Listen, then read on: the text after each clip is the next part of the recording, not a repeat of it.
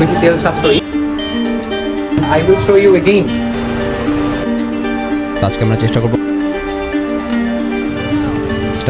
So খাওয়া দাওয়া করে আমরা আবার বসবো।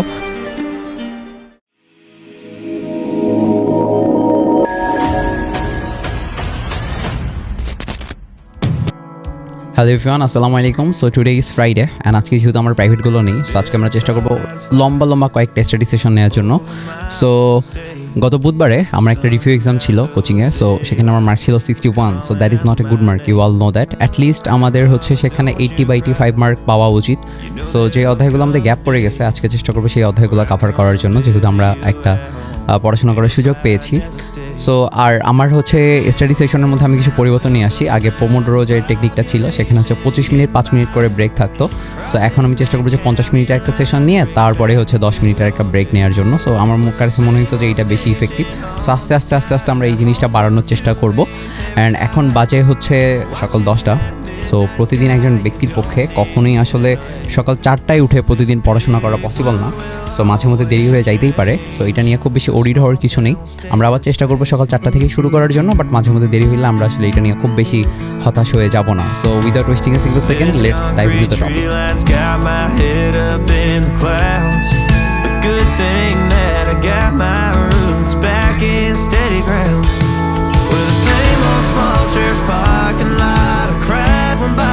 Inside the night, by God, we never thought he'd give her his last name. Or the ring that I won on the night that we once stayed 14 tonight. Those Friday football lights sure did feel like fame. This big world will always change, but the small town will stay the same.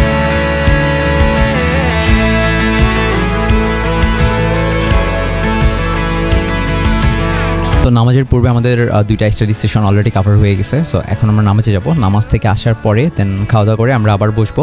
And বিকাল থেকে রাত পর্যন্ত আমরা আরও কয়েকটা study session নিব, যেন আমাদের পড়াগুলো সহজে কভার করতে পারি।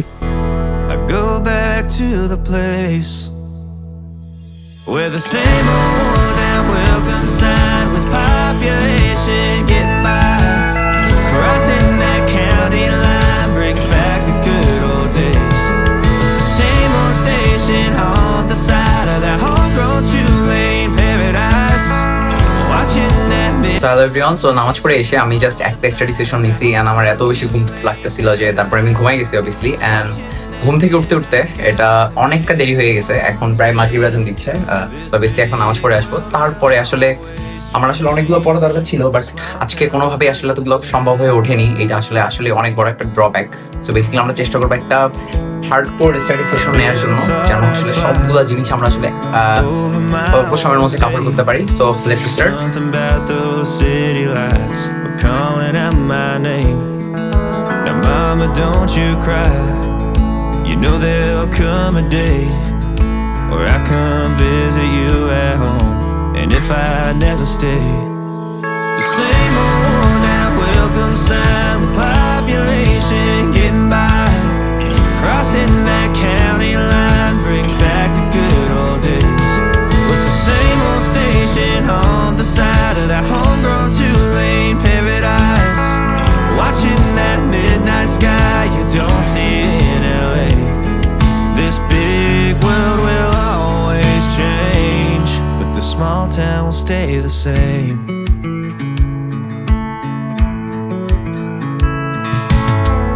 সো আজকের মতো পড়াশোনা আমাদের এখানেই শেষ। আজকে আমি হচ্ছে আগামীকালের যে লেকচারটা আছে ওইটার জন্য জিকে অ্যান্ড ইংলিশ পার্টটা কভার করে ফেলছি। সো আমার যে মেইন যে সাবজেক্ট যে কেমিস্ট্রি ছিল সেকেন্ড পেপারের 3rd চ্যাপ্টার পরিমাণগত রসায়ন, ওইটা এখনো পড়া বাকি আছে। সো অবভিয়াসলি আমি আজকে রাতে পড়তে পারি কিংবা আগামীকালকে সকালে উঠে পড়তে পারি। সো আমি যেহেতু হচ্ছে সকালে বসে বেশি প্রিফার করি সকালে পড়াটা, তো সেক্ষেত্রে খুব সকালে উঠে আগামীকালকে আমি চেষ্টা করবো এই অধ্যায়টা তাড়াতাড়ি শেষ করে ফেলার জন্য, তারপর রিভাইজ দেওয়ার জন্য এবং কোশ্চেন প্র্যাকটিস করার জন্য। তাহলে আমি কোচিং এর এক্সামে গিয়ে একটা ভালো মার্ক সিকিউর করতে পারবো ইনশাআল্লাহ। আসসালামু আলাইকুম এভরিওয়ান। সো আপনারা এখানে দেখতেই পাচ্ছেন যে আমি একটা বাইক খোলা অবস্থায় আছে। তো বেসিক্যালি হচ্ছে আমি যখন কোচিংগুলো যাচ্ছিলাম কিন্তু কোচিং থেকে আসতেছিলাম কিংবা আমি যখন প্রাইভেটগুলো যাচ্ছিলাম তখন মাঝখানে অনেকগুলো টাইম ডিলে হয়ে যাচ্ছিল, যার কারণে আমার সময় নষ্ট হয়ে যাচ্ছিল। এই কারণে আমি চিন্তা ভাবনা করছি যে এই সময়টাকে আসলে কিভাবে কমায় ফেলা যায়। ফরচুনেটলি আল্লাহ তাআলা আমার মাথায় এই ইয়াটা দিছে যে আমি কিউরিয়াসিটি বশত একদিন জিজ্ঞেস করছি যে এই বাইকগুলোর দাম আসলে কিরকম।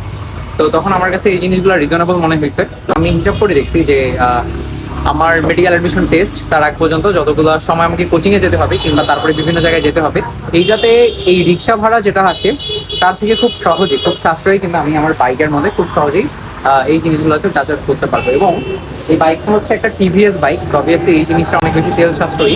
এই সমস্ত বিষয় বিবেচনা করেই আসলে আমি এই বাইকটাকে আসলে এই বাইকটা আসলে ক্রয় করা। এই হচ্ছে আপাতত আমি অলরেডি হচ্ছে এই যে মেকার আঙ্কেলকে দিয়ে হচ্ছে এটাকে খোলাইছি কমপ্লিটলি।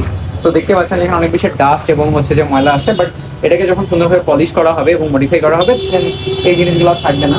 তো এই হচ্ছে এটার overall look, and I will show you again যখন এটার লুকটা কমপ্লিটলি কভার।